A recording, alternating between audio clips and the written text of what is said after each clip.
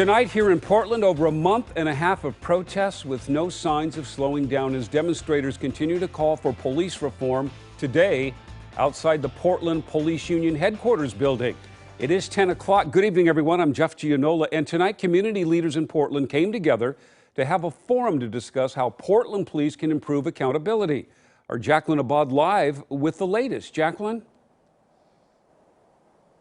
Well, Jeff, we're here at Denver and Lombard, where protesters are gathering outside of the police union building. I'm going to step out of the way so you can see it, but over at Denver and Lombard, you can see that there's a road closed sign, and just past that, there are dozens of protesters. Right now, from here where we're standing, it's not clear how many people are out here, but enough to cover the street out here. Now, again, this is the second time that protesters have been gathering outside of the police union building. And earlier today, the Citizen Review Committee held a meeting where Daryl Turner and Chief Chuck Leavell spoke, and they talked about how the good things that PPB is working on, but the things that they need to improve on moving forward.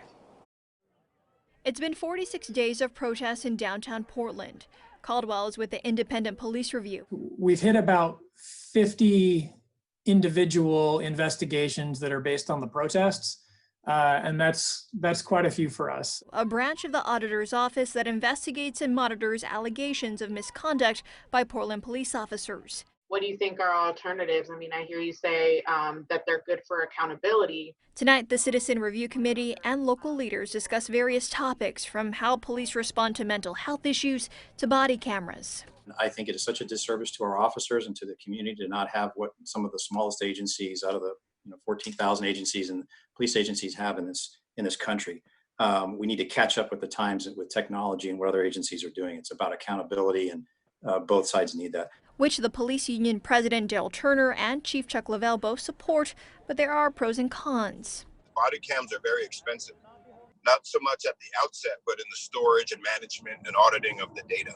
So there's some serious costs on the back end of having a body camera program, especially for a city the size of Portland.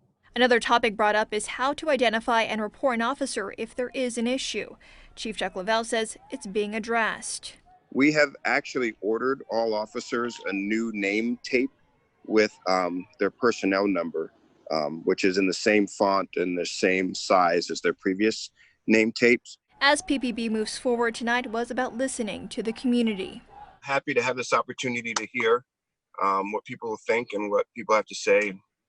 I'm really looking forward to ways we can incorporate, some of that stuff into what we do at the police bureau. Now back here live, a car just tried driving through the crowd. It appears nobody was hurt here at Denver and Lombard. But if there is a concern, now going back to that meeting that happened today, that forum that happened, if there is a concern about misconduct with the Portland police, you can file a complaint with the Independent Police Review. Reporting live, Jacqueline Abad, KOIN 6 News.